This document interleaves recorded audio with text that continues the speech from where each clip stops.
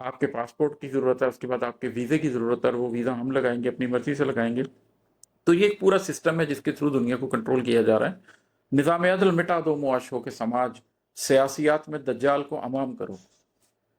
गए ज़माने की रस्में कहो कदामत हैं, गए ज़माने की रस्में कहो कदामत हैं, फिर अपनी रुज्जत दौरा को अपनी रुज्जत दौरा को फिर सलाम करो।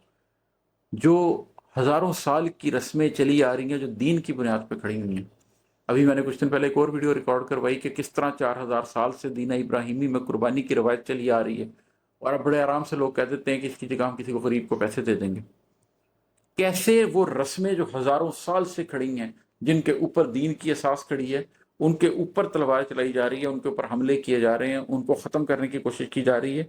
और फिर जो आपकी नए ज़माने की जो रुजत दौरा है, उसको कहा जा रहा है कि सलाम करो। जो नई अकदार लेकर आई जा रही हैं, उनके सामने सबका सर किस तरीके से झुकाया जा रहा है। अब ऐसे दौर में जिंदा रहो तो बच के जियो, अब ऐसे दौर में जिंदा रहो तो बच के जियो, खुदा से रब्त बढ़ाने की तर्ज आम करो। अब ये जो दौर आ गया है, इसमें अगर आपने जिंदा रहना है तो फिर एक ही तरीका है, अपने आप को बचा के चलें। ये लड़ने का वक्त नहीं है, ये लड़ने का ज़माना नहीं है, ये अपना दामन बचाने का ज़माना है, अपने आप को और अपने ख़ानदान को बचाने का ज़माना है। ये वो ज़माना है जिसमें कहा गया था कि जो शख्स पहाड़ों में भेड़ बकरियां चरा रहा हो जाए होगा, वो अच्छा रह जाएगा। तो इस ज़माने के अंदर अपने आप को बचा के रखें और खुदा से रब्त बढ़ाएं। अब वो खुदा से रब्त कैसे बढ़ेगा? गलत दुरुस्त परखना पड़े ज़मान में तो पकड़ के हाथ में कुरान एहतमाम करो। सूरतुल कहफ की पहली आयत ही इस बात पे है कि अल्लाह का शुक्र है जिसने ये किताब हमारे पे नाजिल की, जिसमें कोई करप्शन नहीं रखी, कोई कजी नहीं रखी, कोई कमी नहीं रखी। इस दुनिया में इस वक्त आपको अगर कहीं से इल्म हासिल होगा तो हाथ में कुरान पकड़ कर मिलेगा।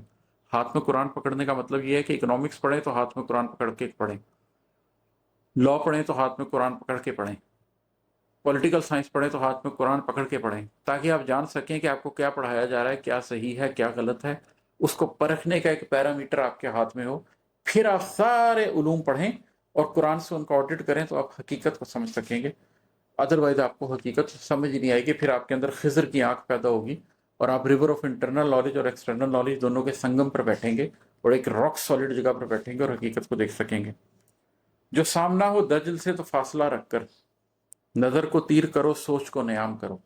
और इस ज़माने दजल में जब आपका सामना हो इस पूरे धोखे से, इस पूरी दुनिया के फ्रॉड से, तो आप अपनी आंख को तेज करें। सिर्फ इस आंख से ना देखें, दोनों आंखों से देखें, कल्ब की आंख से भी देखें और सोच को नयाम कर लें।